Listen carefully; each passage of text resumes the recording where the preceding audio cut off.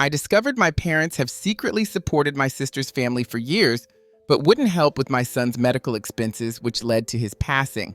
Today, I confronted them at a family event, and it turned messy. I never imagined I'd be writing this post, but a devastating betrayal within my family has shattered me to my core.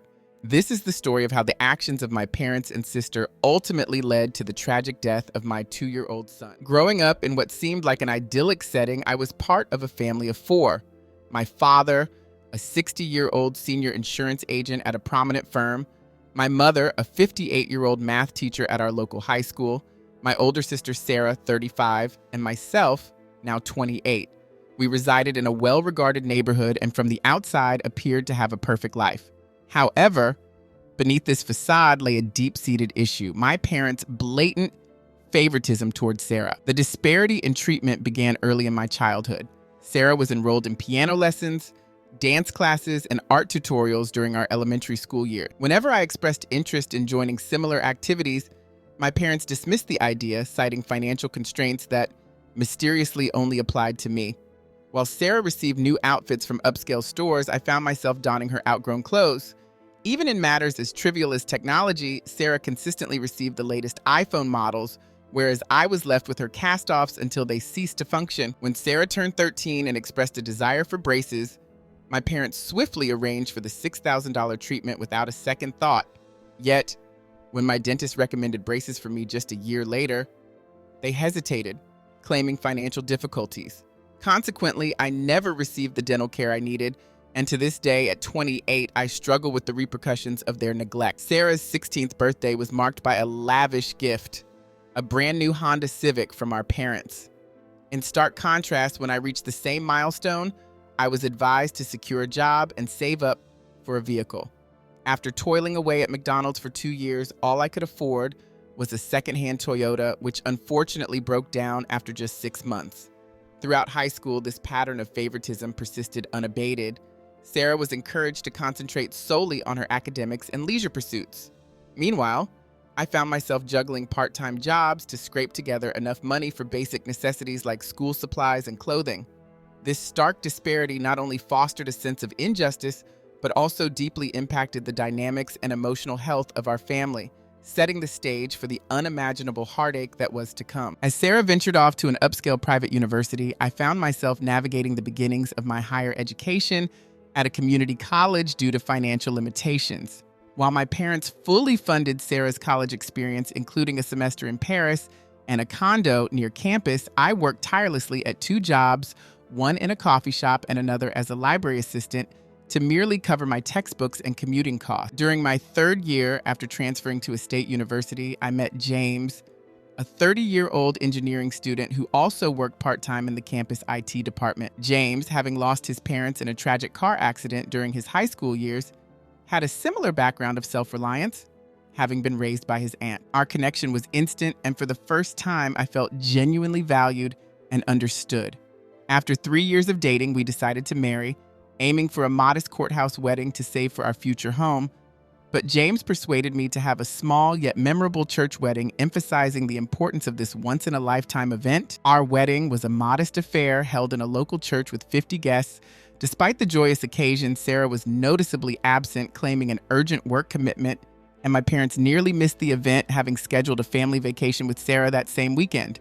It was only after an intervention from my aunt that they begrudgingly altered their plans to attend. 2 years into our marriage, we were thrilled to learn of my pregnancy, but our joy soon turned to anxiety as complications arose. I struggled with severe morning sickness and gestational diabetes, and our concerns deepened when a routine scan revealed that our unborn son, Tommy, had a serious heart condition requiring multiple surgeries starting immediately after birth. Tommy's first surgery was both urgent and expensive, costing $150,000. Although our insurance covered the majority, we were left with a $30,000 bill. Draining our savings and accruing debts, James and I prepared to do whatever necessary to ensure our son's health. James began working additional hours and taking on freelance projects during the weekends to manage the financial strain. Despite the overwhelming challenges, our determination never wavered. We were prepared to face the hardships head-on, driven by the love for our son and the hope for his future. Tommy's fight was our fight, and every sacrifice felt necessary to provide him with the life he deserved. While I juggled my duties as a virtual assistant and caring for Tommy, the financial burdens from his first surgery loomed large. Just 6 months later, Tommy required another surgery. Desperate, I approached my parents for help. They had just enjoyed a lavish 2-week Mediterranean cruise with Sarah, so I hoped they might be able to offer some support. I laid out our dire situation, showing them every medical bill and explaining that we had sold our car and cut costs wherever possible. Despite this, they claimed they were facing financial difficulties and couldn't assist us. Over the next 18 months, our struggles intensified. James was working 80-hour weeks to the point of exhaustion, eventually fainting at work. I increased my workload and started selling household items on eBay to make ends meet. During this period, my parents indulged in buying Sarah a new Mercedes for her birthday and took several vacations with her, asserting that Sarah funded these luxuries with her finance job earning. I later discovered this was entirely false. Tragically, Tommy's condition deteriorated rapidly last month, necessitating an emergency surgery costing $50,000. With our insurance maxed out for the year and no quick way to secure the funds, I pleaded with my parents once more, even offering to sign a legal contract promising double repayment or to forfeit our house, anything for their help. They denied having any savings, blaming recent medical expenses. 2 days later, Tommy passed away, unable to receive the surgery he desperately needed. He was just 2 years old. At his funeral, my parents made a brief 30-minute appearance before rushing off to tend to an urgent matter with Sarah. The following day, while clearing out Tommy's room, I stumbled upon my father's old phone, which he had lost during his last visit. It still worked, and inside, I discovered a trove of messages between my parents and Sarah. These messages unveiled a shocking secret. Sarah had been leading a double life. She was married to a man named Mark, had 3 children, and had been living in Florida for the past 7 years, all hidden from us. This revelation shattered the last fragments of what was left of our family bond. I discovered that my parents had been financially supporting Sarah and her secret family extensively, transferring substantial sums of money to them each month. The messages on my dad's phone revealed that they sent Sarah $5,000 monthly for her living expenses. Additionally, they paid $2,000 per month for each of her 3 children's private schooling. They also funded lavish family vacations to destinations like Hawaii and Europe, and last year, they even purchased a $400,000 summer home in the Hamptons for her. Their generosity extended to covering weekly housekeeping and lawn maintenance. Most shockingly, just days before denying financial help for Tommy's urgent surgery, they had sent Sarah $75,000 for a down payment on a beach house. The financial disparities didn't end there. The messages detailed extravagant Christmas gifts for Sarah's children, including 3 new iPads and a gaming console, each child receiving gifts that totaled more than the cost of Tommy's needed surgery. This discovery was a painful reminder of the priorities my parents had set, favoring Sarah's comfort over their grandson's life-saving medical needs. Today, we had our customary monthly family dinner, which my mom started 5 years ago to maintain family closeness. About 25 relatives, including aunts, uncles, and cousins, gather at my parents' home on the last Sunday of each month. Sarah, who typically skipped these gatherings under the pretense of work commitments, chose this dinner to make an appearance. I suspected her attendance was due to the unraveling situation. After dinner, as everyone settled in the living room for coffee, I seized the moment to expose the truth. Using screen mirroring, I broadcasted the content of my dad's phone onto the TV, revealing the messages, bank transfers, and photographs of Sarah's concealed life to the entire family. I highlighted the $75,000 transfer for the beach house that occurred just 5 days before my parents claimed they could not afford Tommy's surgery. The revelation provoked a spectrum of reactions. My mom, overwhelmed with guilt, broke down in tears and reached out to hug me, which I could not bring myself to accept. My father sat in stunned silence, staring at the floor. Meanwhile, Sarah, undisturbed and smirking, dismissed my actions as dramatic. She callously argued that she needed the money more than Tommy did because she was supporting 3 children. Her response, devoid of empathy and laced with entitlement, sparked a tumult of emotions among the relatives. The family dinner, intended to unite, became a scene of confrontation, with truths laid bare and familial bonds strained under the weight of betrayal and moral questioning. In the heat of the confrontation, I directly challenged Sarah, questioning whether her children's well-being was more valuable than Tommy's life. She dismissed me as irrational for making such comparisons. My mom intervened, justifying their actions by claiming that Sarah had always been emotionally fragile and thus their priority, while my dad rationalized that they supported Sarah because she lacked my strength and independence. Aunt Susan interjected, pointedly asking how they could justify letting their grandson die while lavishly funding Sarah's beach house, leaving my parents without a defense. As other relatives began questioning the integrity of my parents and Sarah, especially regarding past loans they solicited under the guise of emergencies, tensions escalated. Sarah angrily declared that I had no right to divulge her private life, arguing that revealing such secrets could traumatize her children. In response, I disowned them all, declaring they had chosen material indulgence over my son's life, and to me, they were as dead as Tommy was due to their decisions.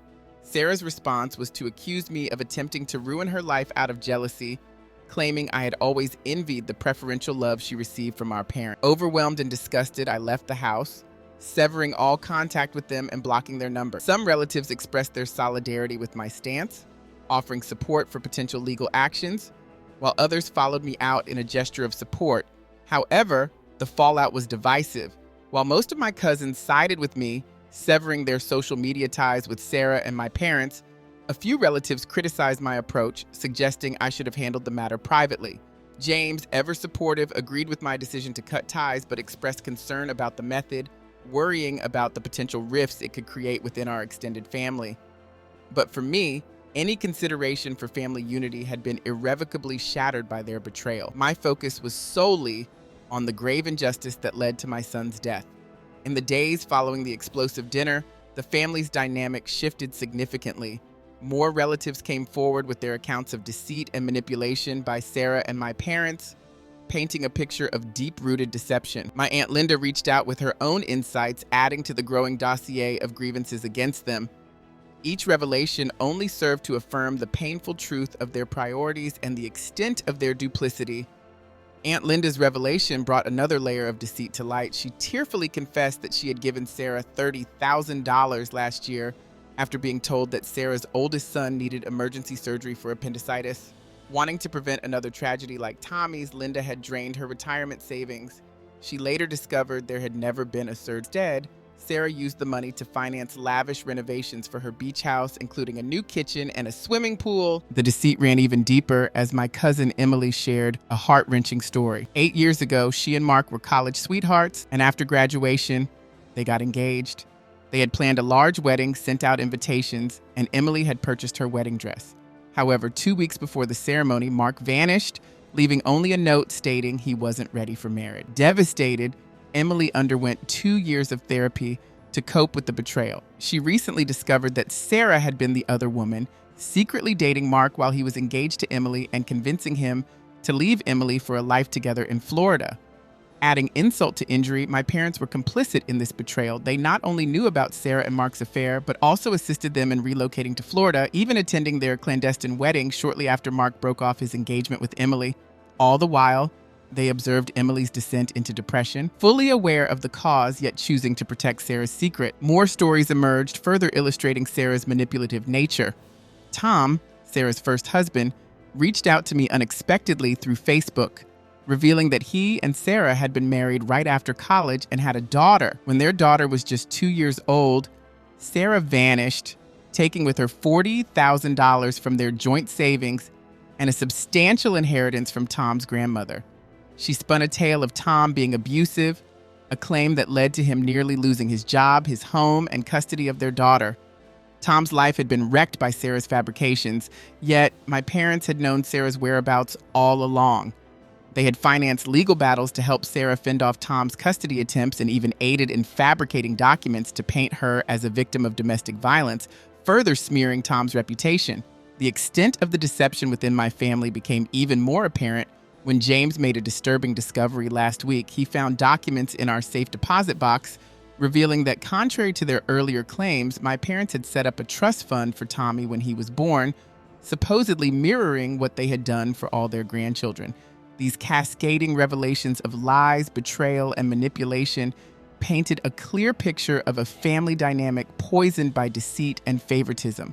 The scale of the duplicity was overwhelming, pulling back the curtain on years of covert actions and hidden relationships that had profound emotional and financial impacts on the lives they touched. The deceit my parents engaged in was even deeper than I initially realized. They had promised to contribute $1,000 monthly to a trust fund for Tommy until he turned 18, which should have accumulated to over $100,000. However, James and I discovered that they had been redirecting these funds into accounts for Sarah's children instead. The betrayal continued as we found out that whenever we sought financial aid for Tommy's medical expenses, my parents falsely claimed to the hospital they were retired and living on limited incomes, while bank statements revealed significant transfers to Sarah during those periods. Further unsettling details emerged when my dad's secretary contacted me via LinkedIn. She exposed that my father had been misappropriating company funds to support Sarah, disguising the transfers as business expenses by falsifying documents to show Sarah was a consultant for his insurance firm. She estimated that he had siphoned off over $200,000 of company money over the past 3 years. Meanwhile, my mom's best friend, who worked at the same school, informed me that my mom had been embezzling money from the school's fundraising accounts, designated for student medical emergencies, to send to Sarah, covering her tracks by tampering with the record. Amid these revelations, Sarah has been incessantly trying to contact me, alternating between threats of legal action for defamation and desperate pleas for help as her current situation with Mark becomes precarious. She even stooped to leaving a voicemail threatening to accuse me of abusing Tommy if I continued to pursue her financial misconduct. Adding to the turmoil, my parents sent a letter through their attorney proposing the establishment of a new trust fund for any future children I might have in exchange for my silence and legal forbearance. They offered an immediate deposit of $200,000 into this fund as a gesture of good faith, coupled with a non-disclosure agreement to never speak of Sarah's affairs or their financial dealings with her. The fallout from these events has been widespread. Several family members have severed all ties with my parents and Sarah. Social repercussions followed as well. My dad was shunned by his golfing circle, and my mom had to resign from her book club as fellow members, many of whom were parents of her students, distanced themselves from her. Adding insult to injury, images surfaced of Sarah and her family enjoying lavish vacations at places like Disney World during the very week we were desperately trying to gather funds for Tommy's critical surgery, a stark illustration of their misplaced priorities and blatant disregard for my son's life. In one of the vacation photos, Sarah's children were dressed in matching outfits that likely cost more than the amount we desperately needed for Tommy's life-saving surgery. The irony was unbearable.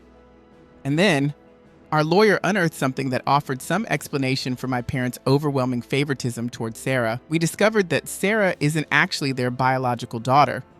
She was adopted when she was 2 years old, a fact that had remained a secret from everyone, including Sarah herself. The adoption revelations surfaced during our lawyer's investigation into the missing funds from Tommy's trust. My parents had adopted Sarah following a string of miscarriages my mother suffered. Fearing that revealing the adoption might impact Sarah's sense of belonging, they kept it hidden from everyone, even moving to a different city to avoid scrutiny when they suddenly had a 2-year-old in tow. This concealed adoption added a new dimension to my parents' favoritism. It seemed they were compensating for Sarah's non-biological ties by prioritizing her at all costs. As the investigation deepened, we found shocking evidence of my parents aiding Sarah in various fraudulent activities over the years. After Sarah dropped out of college in her second year, they paid $15,000 for falsified transcripts that showed she graduated with honors. To support her fabricated career, my father leveraged his business connections, arranging fake job references for her. In reality, Sarah never held a legitimate job. Her entire employment history was a web of lies created and sustained by my parents. Their support extended far beyond mere falsifications. They helped Sarah establish a false identity, using connections at my father's insurance company to forge documents so she could secure loans and credit cards. Over time, Sarah used this false identity to acquire more than $300,000 in bank loans, with my parents covering her repayments using funds siphoned from my dad's company. The scale of their deceit was staggering. When our lawyer finally informed Sarah about the adoption, she reacted explosively. She took to Facebook, exposing every dark secret in a furious post.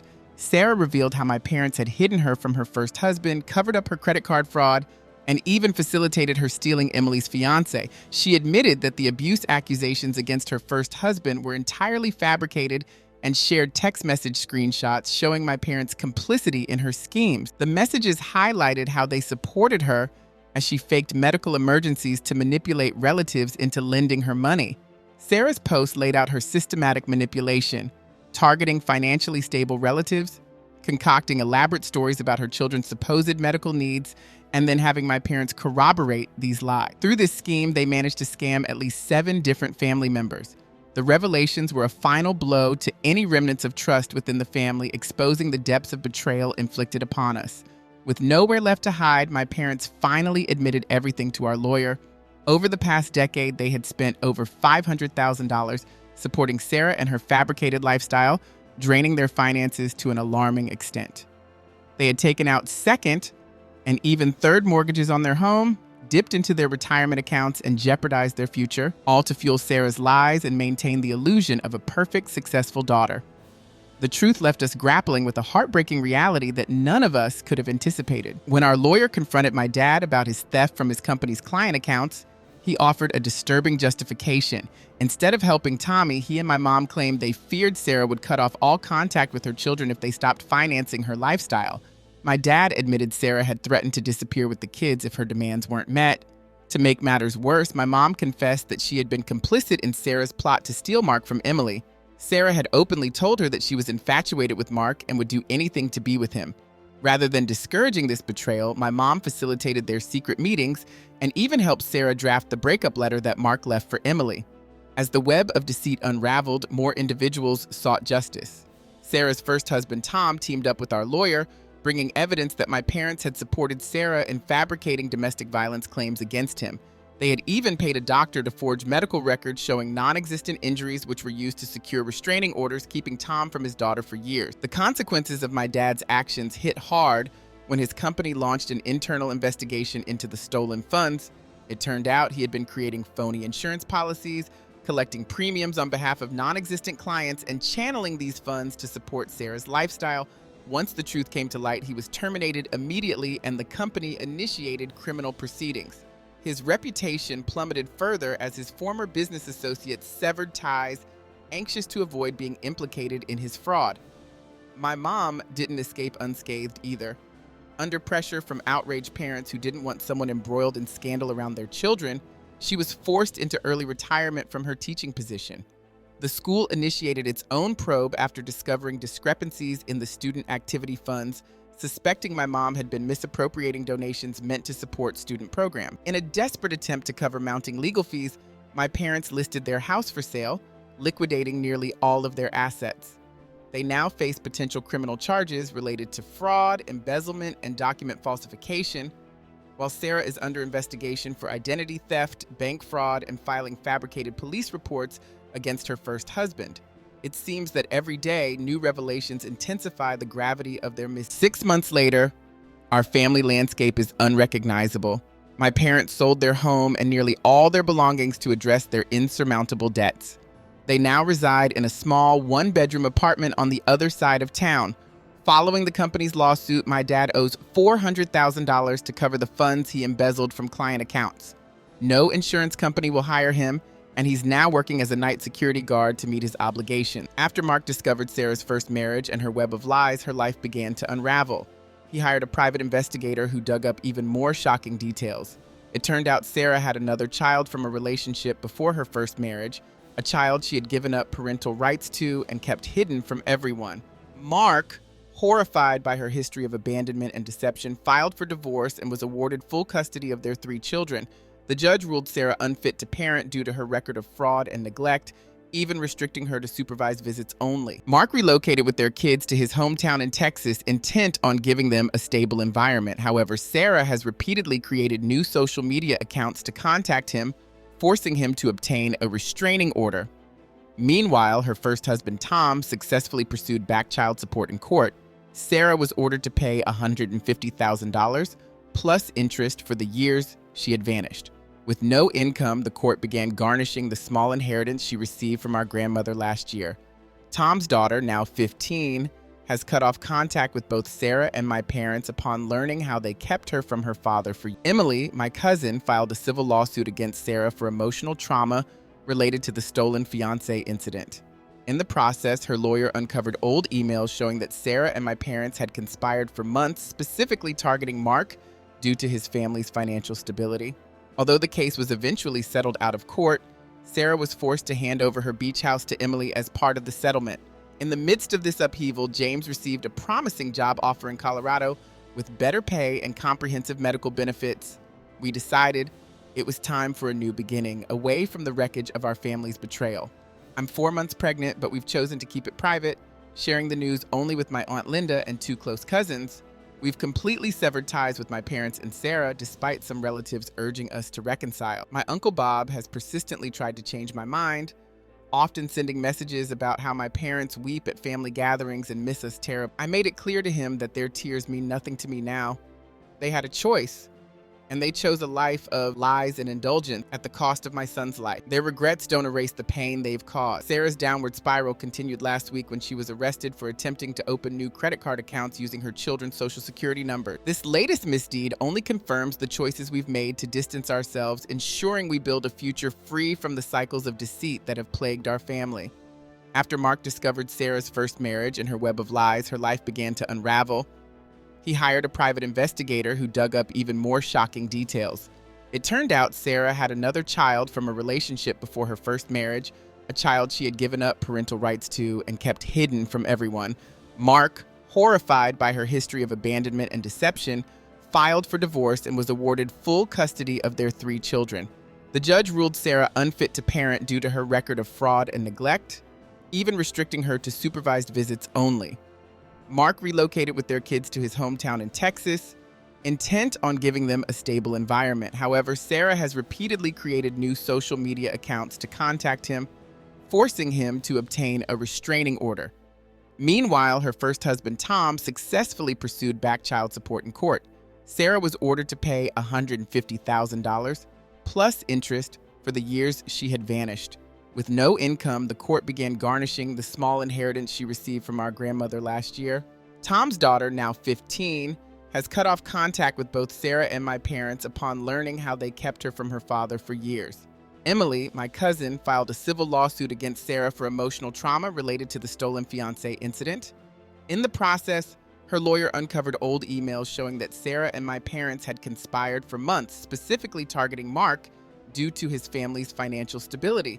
Although the case was eventually settled out of court, Sarah was forced to hand over her beach house to Emily as part of the settlement.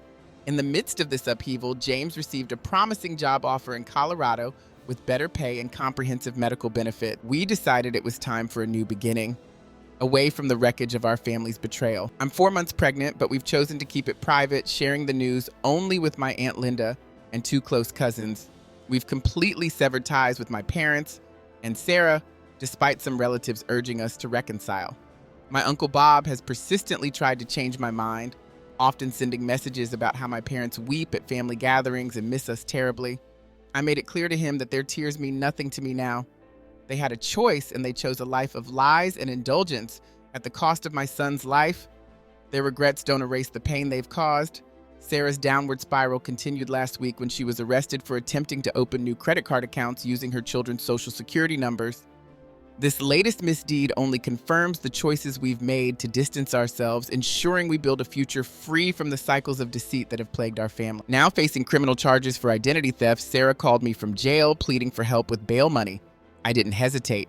I blocked the jail's number and refused to be drawn back into her endless cycle of manipulation. One unexpected blessing from this ordeal has been the strengthened connections among the rest of my family. My Aunt Linda decided to relocate to Colorado to support us as we prepare for the baby's arrival, a gesture that has meant the world to us. In addition, my cousins and I have formed a daily group chat where we share updates, check in, and lend one another emotional support.